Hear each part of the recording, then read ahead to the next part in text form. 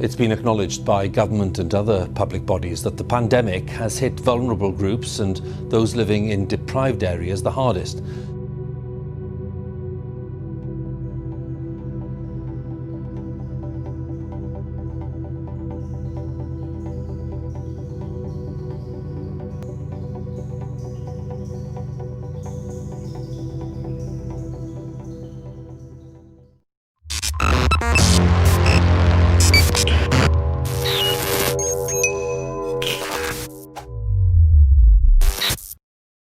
Hello there. Not great. Britain's in a bit of trouble at the moment. So we've got massive child poverty. I don't know why it's just children, because adults have to eat as well.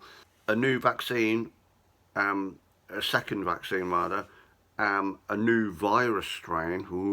The new virus strain. Fear-mongering.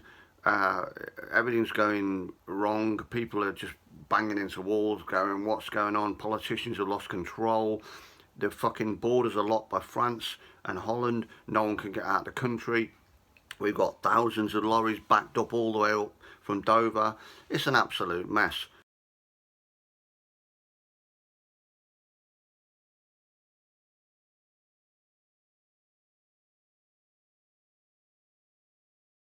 I spoke to my opposite number, Jean-Baptiste Devaget, last night. We're speaking again later this morning. It's probably worth mentioning that the majority of hauliers are actually European hauliers, and so that indicates something which is true, which is that they are exporting more than we are. You see, that right there is the problem. You're not helping, mate. You're causing the problem. Oh, it's their fault. It's not our fault. La la la la. No, see, they're European. That's why the problem. Why is everyone passing a buck? That's got nothing to do with it. The fact is, we're leaving Europe. The politicians that we have supposedly voted into power are supposed to be sitting around a table having tea and biscuits, sorting this shit out. It should never happen in the first place. If it had been left to the working man, the people who got brains, the people who run the fucking world, none of this shit would have fucking happened. There's plenty of incentive always round to get this resolved, and that's what we'll be trying to do with the French, who, as I say, have gone a step or two further than other countries, quite rightly wanting to be, I think, precautionary about their approach because of the new very virulent strand of coronavirus. Imagine a virus so deadly and severe that you have to have a test done to find out whether or not you've had it. You guys are basing these numbers on positive cases and not hospitalizations or deaths. That's what you should be basing those off of. The numbers are hyperinflated by false positives and the never-ending doom and gloom from the mainstream media. I was taught that fear is the fire that fuels the furnace of disease. And when will this fear-mongering stop? Yeah, I mean, fear-mongering is essentially what it is. I think we all know that. Like in England, or in Britain rather, the BBC is the government's propaganda tool, and it keeps the wheels of fear rolling. You've got to have this new things come out. What happened is 80%, 85% of people, when this vaccine came out, said, oh, well, I don't want it. I talked about that last time. They go, well, there's a new strain now and it's even worse.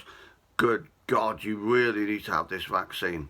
This guy here is talking basically about that. He's saying, when is this fear-mongering going to stop? It's ridiculous. Let's have a look at this nurse who quit her job at the NHS because she could not put up with the bullshit that was being spurted out. Statistical bullshit. Check it out. Today, I'm going out with a bloody bang. I'm in my uniform, working as a healthcare assistant for the NHS. I don't need the uniform to prove that I work for them, but today I'm publicly resigning, okay? I can tell you that on Friday, in Trellis, there were 3 people in with COVID. No extra deaths, 3. And that covers Trellis, West Cornwall and Hale Hospital. The total deaths from these 3 hospitals in 7 months is 76 people. The mainstream media have filled you with fear. The coronavirus was classed as a non-contagious disease. It's there now. It's a quick Google search, guys. If you think this lockdown is right and is going to do any difference, you're completely wrong. Small businesses, people are going to starve. You think it's going to be a month? We were flattening the curve back in April, and this was when the disease was supposedly dying out. The lockdowns came out then. Yeah, what she's talking about there is when the super rich realised they were making the most ridiculous amount of money. I'm talking the trillions. I mean, you look at the Amazon guy, that bald-headed weirdo with the bog eye. He made 26 billion or something profit-wise over the past 9 months. So what she's saying is they're trying to keep us in this thing where we're going, oh God, there's a virus. There's no virus. The virus is not real. Everyone knows that now. There are some really stupid people out there who still believe it is. And no disrespect, if you're one of the people who believes there's a virus is real, no disrespect, but you are stupid. There's no virus. However, I respect your decision to believe this nonsense, and this will prove why. Why are our children allowed to go to school but we have to carry on? Because at the moment they want us to work. Do lots of you know that the flu and COVID cases are now combined as the same thing? Okay? If you died with COVID within 28 days, that goes on your death certificate. You might all realise as well that the flu numbers, they've gone right down. Where have they gone? I don't know, do you know? Oh, it wouldn't be what I was saying all along with it. Back in January or February, when I got in trouble and told to park my mouth and not talk about this, all I said was, this is just cold and flu rebranded to get your money. Come on. Well, I've got patience. I'm really patient. I never used to be. I used to be quite aggressive. I think you can tell these days I'm quite patient. This is testing my patience. Well, some of our viewers have raised questions about some video we showed you earlier this evening from today's UMC event, specifically the second vaccine that was administered. Now, we have some close-up video you're only going to see on 9 tonight, and apologies to those who are squeamish when it comes to needles. Now, in the video, you can see the UMC healthcare worker with his sleeve rolled up. But when it comes time for the injection, look at the top of the syringe. It appears the person administering the shot doesn't really push down on the plunger. It actually looks like the plunger is already depressed. Ah, you bastard! Fucking cunt! Yeah, that person should have gone, ah, you... Oh, I feel so much better already. Now, for comparison, here is a look at one of the other injections administered just moments later to a woman.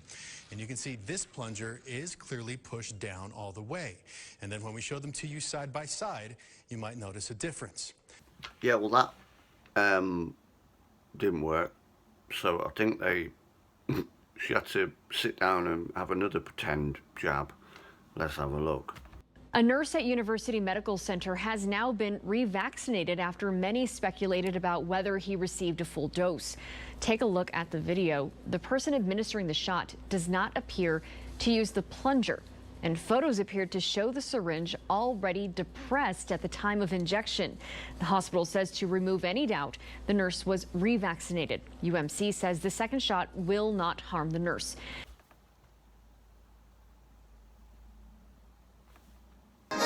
This is NBC Nightly News with Jose Diaz-Balart.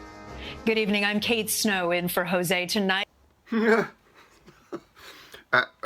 I'm Jose Diaz, whatever. Just got some woman from the back went, he's phoning sick. He's got a headache. So just get in, sit down and read that thing from the on the screen. Reinforcements are on the way. Today, a CDC panel authorized a second vaccine, this one by Moderna, for Americans over age 18. It will start rolling out on trucks within hours. Ooh, well, over 18s are going to be in good hands because there's a new thing rolling out within hours. Bomb, bomb, bomb, bomb, bomb. We're all safe. Bomb, ba-dum, ba-dum. What? Hang on. What if you're over 17? We want arms, shots in arms. That is our goal. Yeah, all right, mate. Yeah, a bit like the old ammunition, are we? Oh, I see arms. Right. Sorry, military guy.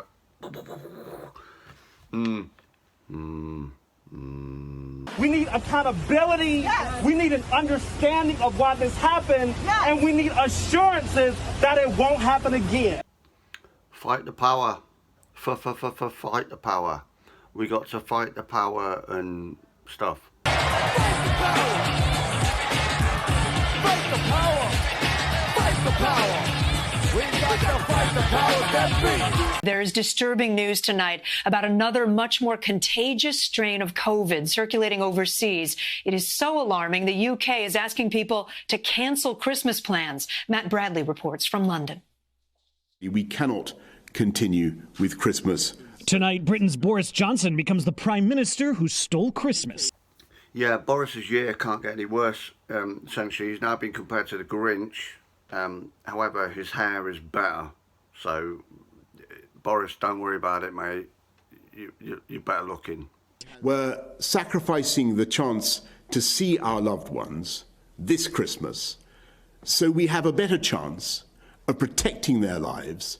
Clamping back coronavirus restrictions on southeast England, including London, over the holidays. Closing non-essential businesses and restricting meetings to one other person and only outdoors.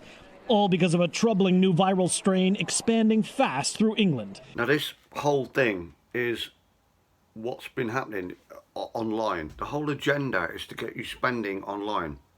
Because the online home shopping industry has gone through the roof. Like I said earlier, the guy from Amazon, he's made 26 billion in the past 6-7 months, whatever.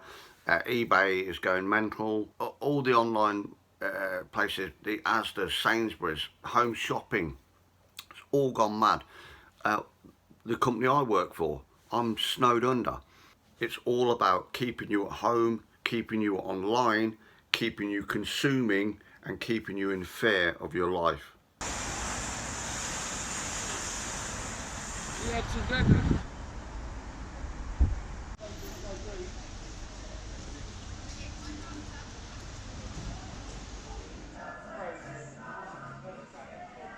Yeah, I'm going to end this now because I can't handle stupid people. I can't handle people who don't realise they're stupid. And I can't handle people who are stupid. So we're going to end it with stupid people.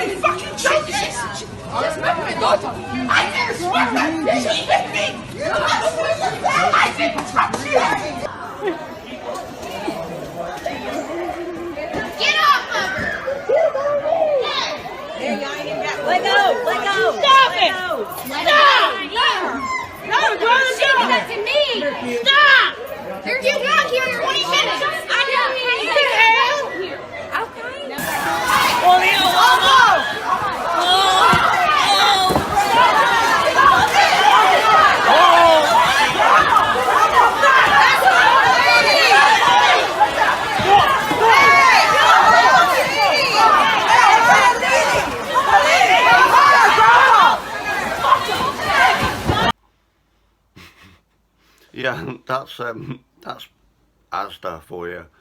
Asda price. Hey, listen. Hey, if you're gonna have prices that attractive, you know what I mean? Come on. Walmart, by the way, is the American version of Asda.